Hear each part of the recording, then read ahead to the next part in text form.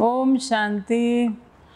अभी हम सुनेंगे प्यारे बाप दादा की 23/10/2021 की मुरली। वाणी का सार है, मीठे बच्चे, रावण की मत पर कोई भी विकर्म मत करो, पतितों को पावन बनने का रास्ता बताओ। प्रश्न है, सियाने सेंसिबल बच्चे कौन सा पुरुषार्थ करते हुए एक श्रीमत का ध्यान अवश्य रखेंगे। जो समझदार बच्चे हैं वो कौन सी श्रीमत का ध्यान रखेंगे? सेंसिबल बच्चे ऊंच पद पाने के लिए निरंतर याद में रहने का पुरुषार्थ करते हुए सदैव इस श्रीमत का ध्यान रखेंगे कि हमको निमित्त बन अनेक आत्माओं का कल्याण करना है। जो बहुतों का कल्याण करते हैं उनका कल्याण स्वतः ही हो जाता है। गीत तकदीर जगाकर आई हूँ। ओम शांति। बच्चों की बुद्धि में अभी नई दुनिया और पुरानी दुनिया दोनों हैं, क्योंकि बच्चे जानते हैं पुरानी दुनिया का विनाश अभी होने वाला है और नई दुनिया बाप ही रचते हैं। बच्चे जानते हैं शिव की जयंती भी मनाते हैं, रात्रि भी मनाते हैं। दोनों अक्षर का अर्थ दुनिया में कोई नहीं जानते, न शिवरात्रि का न शिव जयंती का। शिव जयंती अर्थात शिव का जन्म। अब यह तो मनुष्य का जन्म मनाते हैं, शिव का जन्म तो होता ही नहीं है। समझते नहीं कि जन्म कैसे लेते हैं। श्री कृष्ण का तो गाया हुआ है कि उनका जन्म हुआ। शिव जयंती के लिए कोई वर्णन ही नहीं है, गाया हुआ भी है। परम पिता परमात्मा ब्रह्मा द्वारा स्थापना करते हैं। क्या ऊपर सूक्ष्म वतन में बैठ किसको प्रेरणा करते हैं? यह तो हो नहीं सकता। बाबा कोई साकार वतन में प्रजापिता ब्रह्मा के तन में बाबा अवतरित होते हैं, आना पड़ता है। आकर के स्थापना का कार्य करते, याद तो करते ही हैं पतित पावन बाप को। बाप कहते हैं, माँ में कम याद करो तो तुम्हारे विकर्म विनाश हो जाएं। यह योग अग्नि है जिससे तुम सतो प्रधान बन जाएंगे। कोई भी विकर्म नहीं करो, विकर्म कराने वाला है रावण। उनकी मत पर नहीं चलो, कोई को दुख ना दो। बाप आया है पतितों को पावन बनाने।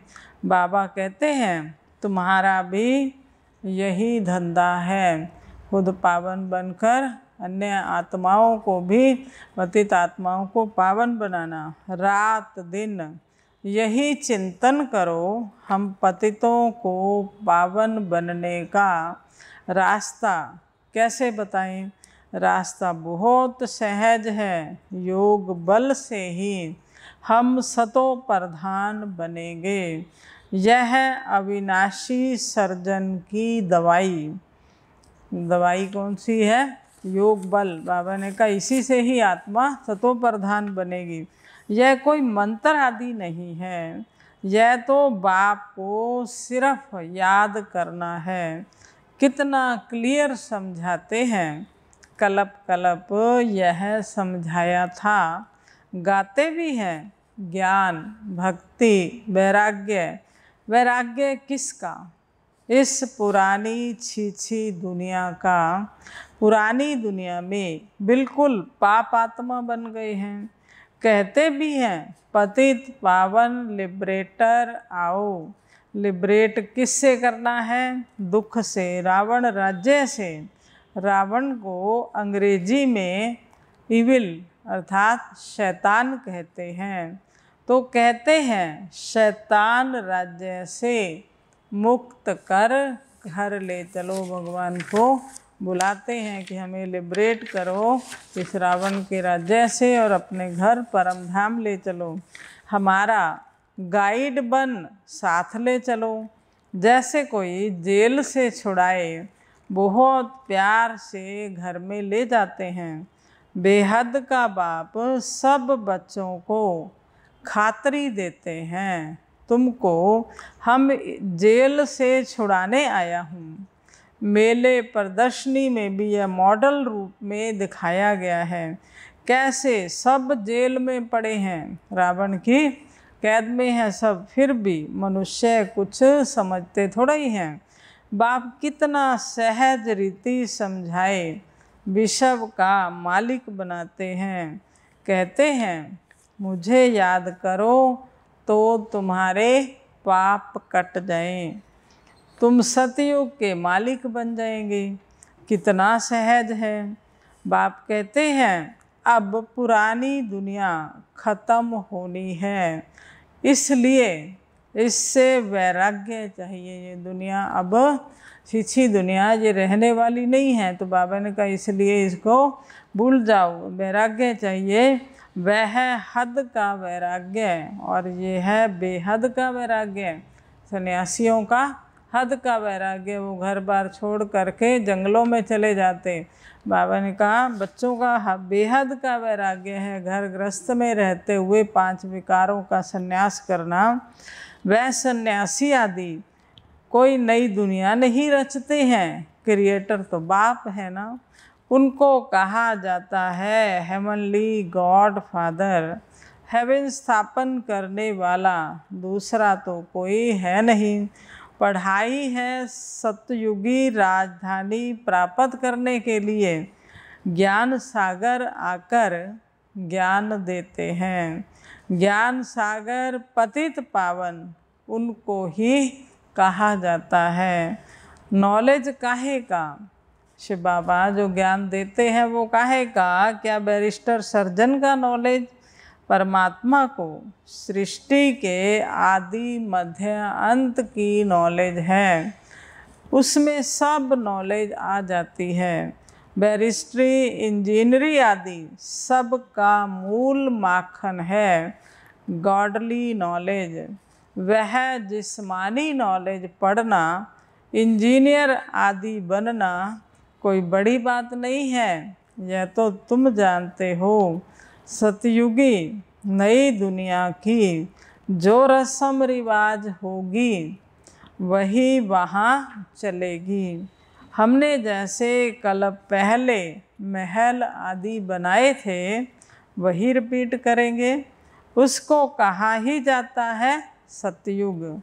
वहाँ की रस्म रिवाज को मनुष्य जानते ही नहीं हैं। सतयुग की रस्म रिवाज बाबा ने कहा कोई नहीं जानता। वह कैसे हीरे जवाहरों के महल बनते हैं, वह गाए ही जाते हैं 16 कला संपूर्ण संपूर्ण निर्विकारी देवताएं। 16 कला संपूर्ण संपूर्ण निर्विकारी जो रस्म रिवाज होगी उस अनुसार राजाई चलेगी। वह ड्रामा में नूद है। आत्माएं अपना पार्ट बजाएंगी। मकान कैसे बनाएंगे, कैसे रहेंगे, वह सब नूद है। जैसे इस पुरानी दुनिया की चलती है वैसे उस दुनिया की भी चलेगी। राजयोग की तपस्या भी हम यहाँ करते हैं, सूक्ष्म वतन में तो तपस्या नहीं करते हैं, वो तो इस सृष्टि में पर करते हैं। यज्ञ आदि भी सब यहाँ रचा जाता है। बाप समझाते हैं यह अंतिम यज्ञ है। दुनिया वाले भी यज्ञ रचते हैं, उसमें हवन सामग्री डालते। बाबा ने कहा ये अंतिम यज्ञ है। फिर सतयुग त्रेता में कोई यज्ञ होता नहीं। किस्म किस्म के यज्ञ रचते हैं दुनिया वाले। जो यज्ञ करते हैं तो बाबा ने कहा वो वैरायटी करते हैं। बरसात नहीं हुई तो यज्ञ रचेंगे, कोई भी दुख आता है तो यज्ञ रचते हैं। समझते हैं यज्ञ से दुख टल जाएंगे। यह तो सबसे बड़ा यज्ञ है। जिस ज्ञान यज्ञ से सारी सृष्टि के दुख टल जाते हैं। भगवान ने ऐसा यज्ञ रचा है, सारी सृष्टि के दुख इसमें ख़त्म हो जाते। यह है राजस्व। अश्वमेघ, अविनाशी ज्ञान यज्ञ, सब इसमें स्वाहा हो जाएंगे। कितनी अच्छी रीति समझाया जाता है। अभी तो हम बाप के साथ हैं, ज्ञान सागर बाप से हमें ज्ञान मिल रहा है। सतयुग में ज्ञान की दरकार नहीं रहती। बाप कहते हैं मैं सद्गति के लिए आया हूँ, सब आत्माओं की सद्गति करने आए हैं शिव बाबा। फिर रावण से दुर्गति होती है द्वापर युग से, जब से 5 विकार आए तो बाबा ने कहा फिर गिरती कला में आए, दुर्गति हुई। सदगति दाता तो एक बाप ही है, कितना क्लियर समझाया जाता है, परंतु खुद समझते ही नहीं हैं, सिर्फ कह देते हैं यह मनुष्यों के लिए बहुत अच्छा है, बाकी खुद समझें उसके लिए फुर्सत नहीं है। बड़े बड़े लोगों को भी कितना जाकर समझाते हैं, सिर्फ यह समझो कि बाप कैसे श्रेष्ठाचारी दुनिया बनाते हैं। श्रेष्ठाचारी बनाना बाप का काम है, तब तो बाप को पुकारते हैं, गाते रहते हैं दुख हरो सुख दो। यह भी समझते हैं बाप आएगा तो हम बलिहार जाएंगे, श्रीमत पर एक्यूरेट चलेंगे, फिर भी बाप की श्रीमत पर चलते नहीं हैं। मनुष्यों को तो पता नहीं है भगवान क्या चीज़ है, सर्वव्यापी कह देते हैं। अरे पतित पावन भगवान तो एक है ना, वह सर्वव्यापी कैसे होगा? फिर तो सब भगवान कहलाएं। भगवान कोई छोटा बड़ा थोड़ा ही होता है। प्रदर्शनी में यह भी दिखाया है, कोई मांस खाते हैं, कोई लड़ते हैं, क्या यह सब भगवान करते हैं? ऐसे कार्य बाबा ने कहा कोई भगवान करता है? उस समय मनुष्य खुश होकर चले जाते हैं, हाथ भी सब उठाते हैं। बाबा ने कहा, बाबा पूछते हैं ना राजा बनने के लिए, तो सब हाथ उठाते हैं राजा बनने के लिए, फिर 5-7 रोज के बाद देखो तो है ही नहीं। माया कितनी ज़बरदस्त है, झट फंसा देती है। राजधानी स्थापन करना कितना डिफ़िकल्ट है, कोई साधारण काम नहीं है, सहज काम नहीं है, बहुत मुश्किल है। धर्म स्थापन करने में डिफ़िकल्टी नहीं होती, राजाई स्थापन करने में डिफ़िकल्टी होती, वहाँ कोई असुरों के विघ्न थोड़ा ही पड़ते हैं। यहाँ बच्चे कहते शादी नहीं करेंगे, तो बाप कहता है शादी तो ज़रूर करनी है, शादी बगैर दुनिया कैसे चलेगी? अरे शादी ना करना तो अच्छा है, शादी नहीं करेंगे तो बच्चे भी नहीं होंगे, बर्थ कंट्रोल हो जाएगा। दुनिया बर्थ कंट्रोल के लिए क्या क्या प्लानिंग करती है, तो बाबा ने कहा ऑटोमेटिक हो जाएगा। बाप समझाते हैं अब जो करेगा सो पाएगा, आगे चलकर बहुत जल्दी जल्दी बनेंगे।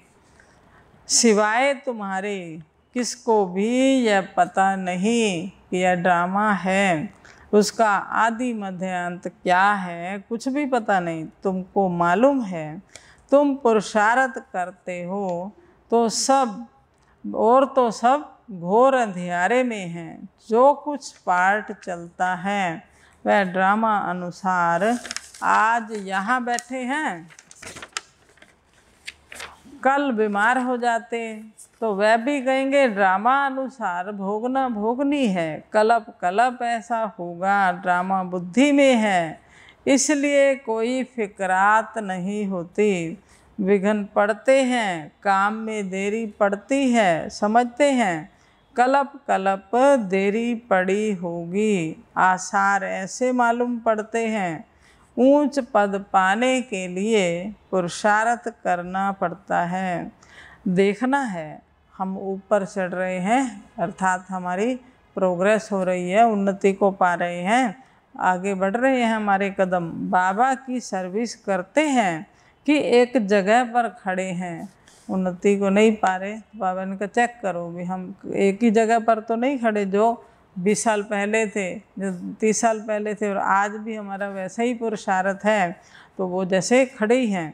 हम कोई का कल्याण करते हैं, बहुतों का कल्याण करेंगे तो हमारा भी कल्याण होगा। इम्तिहान जब पूरा हो जाएगा फिर सब मालूम पड़ जाएगा कि हम यह पद पाएंगे। कल्प कल्पांतर की बाजी है, फिर पिछाड़ी में बहुत पछताएंगे। हमने इतना समय पुरुषार्थ क्यों नहीं किया। अंत में जब रिजल्ट आउट होगा, पता पड़ेगा कि हमारा क्या पद होगा, तो बाबा ने कहा उस समय फिर पश्चाताप होगा कि हमने क्यों नहीं किया पुरुषार्थ। बाबा की श्रीमत पर क्यों नहीं चले। बाबा सिर्फ कहते हैं मन मना भव, बस। कितने प्यार से कहते हैं, बच्चे मुझे याद करो, औरों को भी रास्ता बताने की सर्विस करो। क्यों नहीं पुरुषार्थ कर ऊंच पद पाना चाहिए। उनको कहेंगे सियाने सेंसिबल बच्चे, पढ़ाने वाला भी समझते और यह श्रीमत पर समझते हैं कि यह श्रीमत पर नहीं चलते, किसका कल्याण नहीं करते, फिर ऊंच पद भी कम मिलेगा। जितना बहुतों को रास्ता बताएंगे उतना ऊंच पद पाएंगे। अपने लिए सर्विस करनी है, जो करेगा सो पाएगा। तो पुरुषार्थ करना चाहिए कि हम क्यों नहीं ऐसी सर्विस करें। कहाँ प्रदर्शनी होती है तो वहाँ हाफ पे पर भी जाकर सर्विस करते हैं। कई कई बच्चे ऐसे भी हैं सेवा के लिए, वो हाफ पे छुट्टी भी ले लेते। तो बाबा ने कहा कोई तो फुल पे भी छोड़ करके सर्विस करते हैं, विदाउट पे चले जाते हैं। बाबा कहते हैं बाल बच्चों के लिए कुछ चाहिए तो भेज दें। शरीर निर्वाह तो चाहे 1000 से करो तो चाहे 10 रुपये से करें। पैसा कोई के पास बहुत है, लाखों रुपया भी खर्चा होता।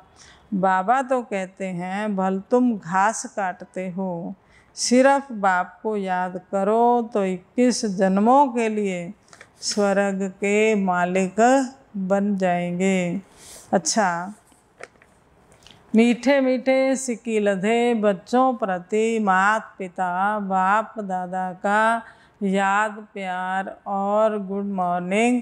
रूहानी बाप की रूहानी बच्चों को नमस्ते जी। हम रूहानी बच्चों की रूहानी बाप दादा को नमस्ते जी, नमस्ते जी। सदा रहेंगे हंसते जी।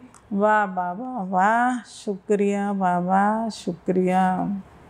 धारणा के लिए मुख्य सार, सब फिक्रातों से छूटने के लिए ड्रामा को बुद्धि में यथार्थ रीति रखना है। जो बीता कल पहले माफिक, दूसरा रात दिन यही चिंतन करना है कि हम पतितों को पावन बनाने का रास्ता कैसे बताएं। श्रीमत पर अपना और दूसरों का कल्याण करना है। वरदान, सर्विस व पुरुषार्थ में सफलता प्राप्त करने वाले डबल ताजधारी भव। सर्विस व पुरुषार्थ में बाबा ने कहा सफलता प्राप्त करने वाले डबल ताजधारी। तो संगम पर हम बच्चों को डबल ताज मिला है। कौन सा डबल ताज है? पवित्रता का, और दूसरा बाबा कहते हैं जिम्मेवारी का ताज। तो जब ये दोनों ताज धारण करके रखेंगे तभी सफलता होगी। संगम युग पर सदा स्वयं को डबल ताजधारी समझकर चलो। एक लाइट अर्थात प्योरिटी का ताज, दूसरा जिम्मेवारियों का ताज। प्योरिटी और पावर, लाइट और माइट का क्राउन धारण करने वालों में डबल फोर्स सदा कायम रहता है। ऐसी डबल फोर्स वाली आत्माएं सदा शक्तिशाली रहती हैं। लाइट और माइट, बाबा ने कहा प्योरिटी और पावर, लाइट और माइट का क्राउन जो धारण करते हैं तो बाबा ने कहा उनमें डबल ताकत होती है। जैसे कोई इंजन डबल लगा दें तो उस ट्रेन की भी कितनी स्पीड बढ़ जाती है। तो ऐसे ही बाबा ने कहा डबल फोर्स सदा कायम रहता। डबल फोर्स वाली आत्माएं सदा शक्तिशाली हैं, उन्हें सर्विस व पुरुषार्थ में सदा सफलता प्राप्त होती है। इन बच्चों को सफलता मिलती है जो अपने क्राउन को धारण करके रखते हैं, डबल फोर्स के साथ रहते हैं, तो बाबा ने कहा उन्हें सेवा में सफलता मिलती है। स्लोगन दिव्य गुणों के आधार पर मन वचन और कर्म करना ही दिव्यता है। जो भी कोई हमारे संकल्प आए, कोई भी मुख से वाणी से कोई बात निकले, बाबा ने कहा कैसा भी कर्म हो लेकिन वो दिव्य गुणों के आधार पर हो, क्योंकि हमें देवता बनना है। तो जब वो देवताई गुण जीवन में हमारे दिखाई पड़े तभी बाबा कहते हैं ऐसे कर्म करना ही दिव्यता है। ओम शांति।